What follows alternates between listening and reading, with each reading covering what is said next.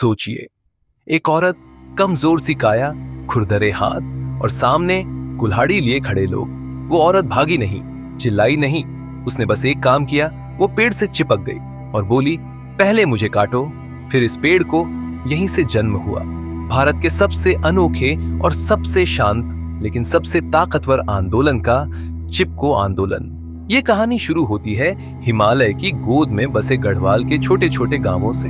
यहाँ जंगल सिर्फ पेड़ नहीं थे, जीवन थे। इन्हीं से जलावन मिलता था, इन्हीं से चारा, इन्हीं से पानी और इन्हीं से रोजगार। यहाँ की औरतें हर सुबह जंगल जाती, लकड़ी लाती, पत्ते बटोरती। जंगल कटता तो सबसे पहले उनका जीवन कटता। 1960 से 70 के दशक में सरकार ने जंगलों को कमाई का साधन मान लिया। बड़े शहरों की कंपनियों को ठेके दिए गए हजारों पेड़ काटने के लिए। विडंबना ये थी कि शहर ने स्थानीय गांव वालों को घर बनाने के लिए लकड़ी नहीं, लेकिन बाहर की कंपनियां पूरा जंगल साफ कर रही थीं। परिणाम सामने आने लगे, भूस्खलन, बाढ़, सूखते झरने, बंजर होती खेती, पहाड़ रोने लगे।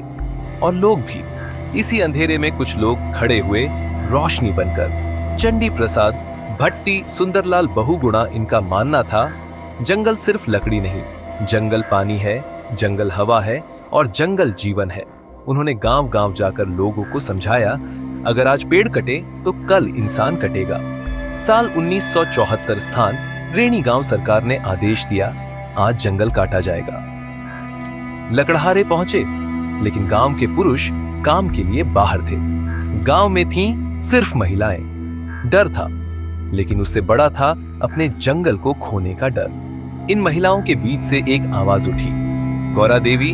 उन्होंने कहा, ये जंगल हमारा मायका है, हम इसे कटने नहीं देंगे। महिलाएं दौड़ी और पेड़ों से चिपक गई, कुल्हाड़ी रुक गई, हाथ कांप गए, इतिहास बदल गया। यहीं से नाम पड़ा चिपको आंदोलन। इस आंदोलन की ताकत थी अहिंसा, साहस, सामूहिकता, न कोई हथियार, न कोई हिंसा, बस पेड़ों से लिपटा हुआ इंसान। आखिरकार सरकार को मानना पड़ा। हिमालयी क्षेत्रों में 15 साल तक पेड़ काटने पर रोक लगी। ये जीत सिर्फ जंगल की नहीं थी, जनता की थी। आज जब जंगल फिर कट रहे हैं, जब जलवायु बदल रही है, तो चिपको आंदोलन हमसे पूछता है, क्या हम फिर पेड़ों से चिपकेंगे या चुपचाप सब खत्म होते देखेंगे?